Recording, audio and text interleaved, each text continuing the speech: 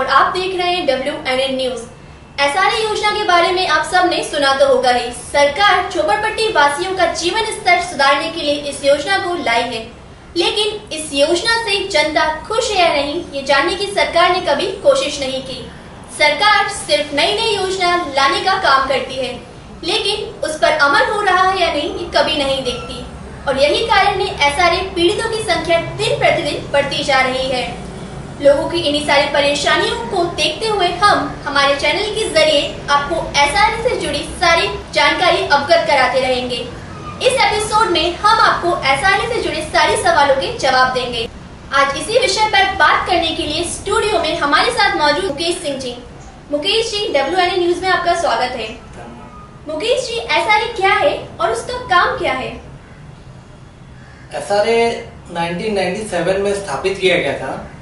SRA का काम ये था कि झोपड़ी धारक को एक नया घर देना, जो एक अच्छे स्टैंडर्ड का हो, लिविंग स्टैंडर्ड उनका बढ़ाना, और जो सुलभ शौचालयों की परेशानियां होती थी वो दिक्कतें खत्म हो जाए और एक स्टैंडर्ड बढ़ जाए, और लोगों को कहते कि जो कच्चे घर है, कच्चे मकान है, उसकी जगह पक्के मकान मिले और उन लोग की स्टैंडर्ड दिन पर दिन बढ़ते रहेगा। क्योंकि कैसा है कि जैसे जैसे देश विकास करते जा रहा है, लोगों की स्टैंडर्ड भी कहते लिविंग स्टैंडर्ड अप होती जा रही है। तो एसआरए महाराष्ट्र गवर्नमेंट द्वारा इसीलिए स्थापित किया गया था कि झोपड़ी धारक को एक नए घर में शिफ्ट किया जाए। सर, एसआरए में पहले से आज तक किस हिसाब से पात्रता चलती रही है? देखिए, एसआरए में क्या था कि जब 1997 में स्थापित किया गया था, उस टाइम पात्रता 1995 के डॉक्यूमेंट्स पे की जाती थी। उसके बाद 2014 में जीआर नोटिफिकेशन आया, जिसमें पात्रता का पीरियड कम करके 2000 तक का कर दिया गया। फिर उसके बाद अभी कहते रिसेंटली 2018 में जीआर आया है, जिसमें पात्रता का स्टैंडर्ड 2011 तक, पीरियड कम करके 2011 तक कर दिया गया है। जैसा कि कहते हैं 2014 के जीआर है, उसमें ऐसा भी है कि अगर खरीदी बिक्री वाला है तो उसे कुछ पेमेंट दे के भी कहते के घर देने का कहते के कायदा रखा गया है।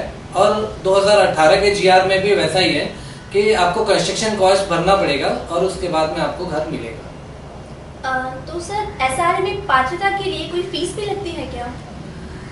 देखिए, एसआरए में पात्रता के लिए कोई फीस नहीं लगती है। आपको खुद कहते कि एसआरए जाना पड़ेगा, आपके डिप्टी कलेक्टर के पास जाना पड़ेगा, अपना डॉक्यूमेंटेशन करना पड़ेगा, और कोई फीस नहीं है। फीस समथिंग अगर कहते कि आपने घर 2000 के बाद में परचेज किया होगा और जिस बंदे से परचेज किया होगा उसका 2000 पहले का डॉक्यूमेंट होगा, तो आपको सेल परचेज लगेगा। अगर रेसिडेंशियल है तो आपको 40,000 रुपया भरने पड़ेंगे, अगर कमर्शियल है तो आपको 60,000 रुपया भरना पड़ेगा, और जिससे सेल परचेज करके क्या देंगे आपका घर आपके नाम पे पात्र हो जाएगा। अदरवाइज इसके अलावा एसआरए में कोई भी पात्रता फीस नहीं है। अगर आपको कोई गुमराह करता है तो वो गलत बात है, कोई फीस नहीं लगती है। सर, ऐसा क्या कारण है जो झोपड़ी धारक होने के बाद भी उन लोगों को घर नहीं मिल पा रहा? देखिए, बहुत सारे लूप होल्स है। जैसे झोपड़ी धारक है, लेकिन झोपड़ी धारक के पास में डॉक्यूमेंट्स नहीं है।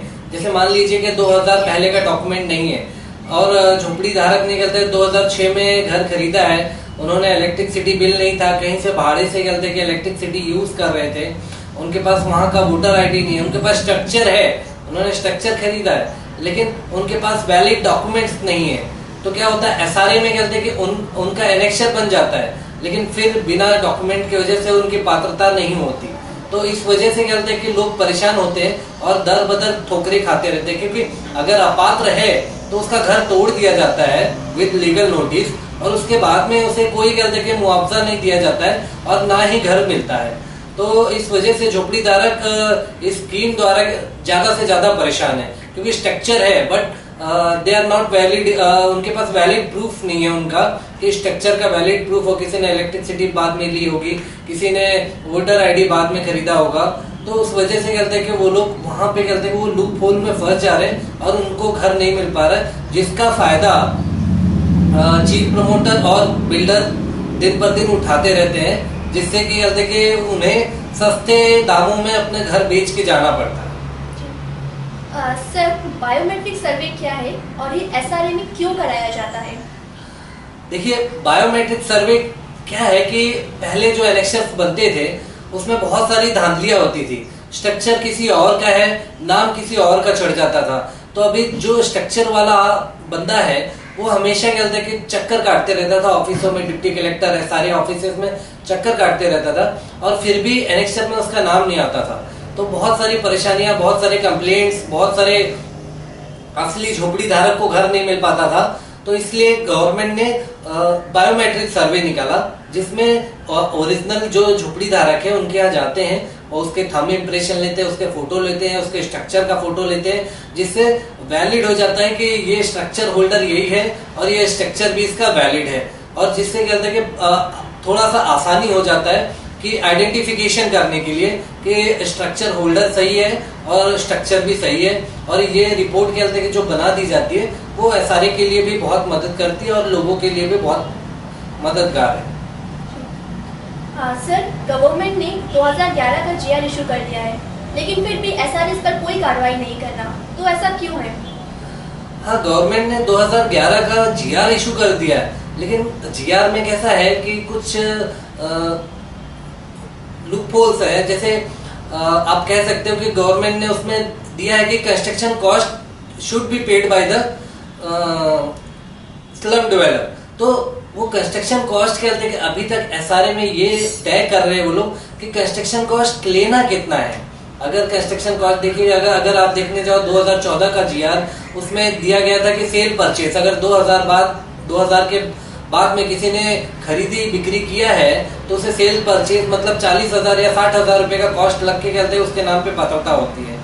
तो अभी जो 2018 में कहते हैं कि 2011 तक के उन्होंने बोला है 2011 तक को पात्रता की जाएगी, लेकिन यू शुड बी पे कंस्ट्रक्शन कॉस्ट। जो भी कहते हैं कि अगर कंस्ट्रक्शन कॉस्ट आ रहा है वो आपको पे करना पड़ेगा। तो अभी गवर्नमेंट यही डिसाइड कर रही है कि कंस्ट्रक्शन कॉस्ट लेना कितना है, कि 3 लाख लेना है, 4 लाख लेना है, 5 लाख लेना है। जब तक वो डिसाइड नहीं हो जाएगा गवर्नमेंट के पास में, तब तक तो कोई कहते कि सोल्यूशन नहीं निकलेगी और कोई 2011 के बेस पे पात्रता नहीं हो सकती और एसआरए भी उस पर कोई कार्रवाई नहीं कर सकती।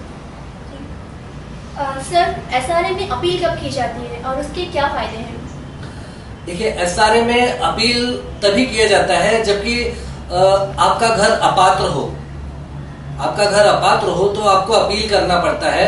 जैसे आपका एनेक्शन एडिशनल कलेक्टर ने बनाया है तो आपको उसमें कहीं त्रुटियां हैं तो आपको अपील करके एडिशनल कलेक्टर के पास में जाना पड़ेगा कि ऐसे ऐसी गलतियां हुई है, इसको सुधार करने के लिए क्या देखिए इस पे आप एक नया ऑर्डर पास कीजिए जिससे इससे सुधार किया जाए।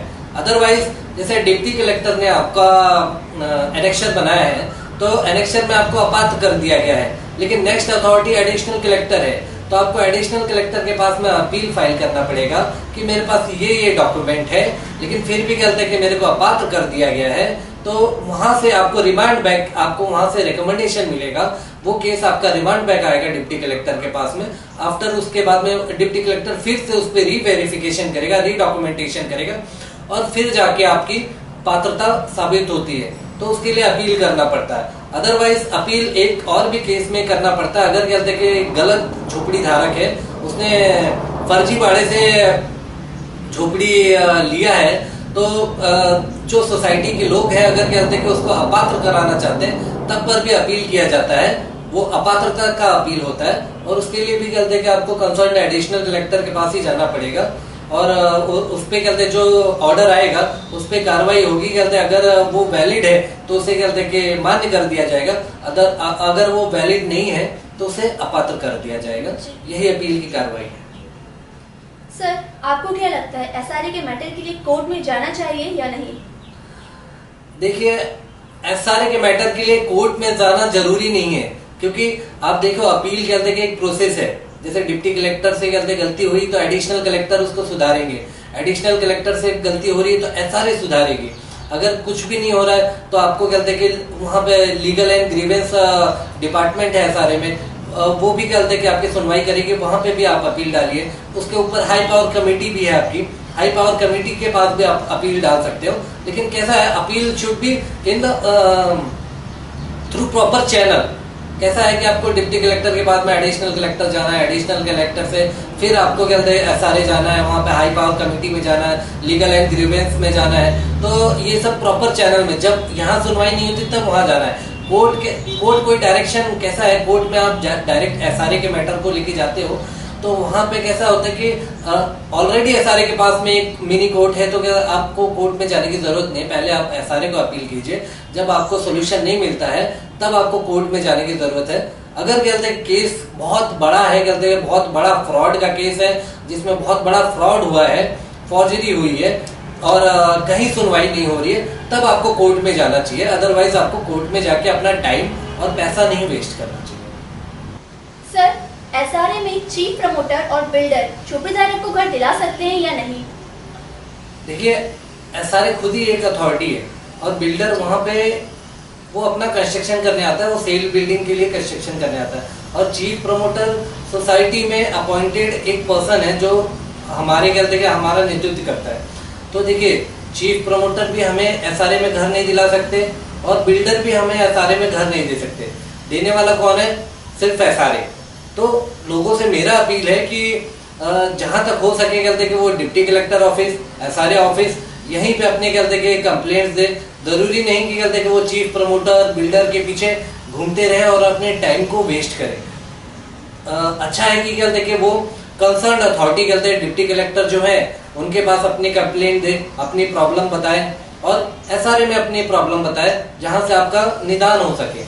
अदरवाइज कहते हैं कि आप चीफ प्रमोटर और बिल्डर के पीछे घूम के कोई फायदा नहीं है। अगर आपकी कोई भी परेशानी है आप कंसर्न अथॉरिटी से कांटेक्ट कीजिए। सर, हमसे बात करने के लिए आपका धन्यवाद।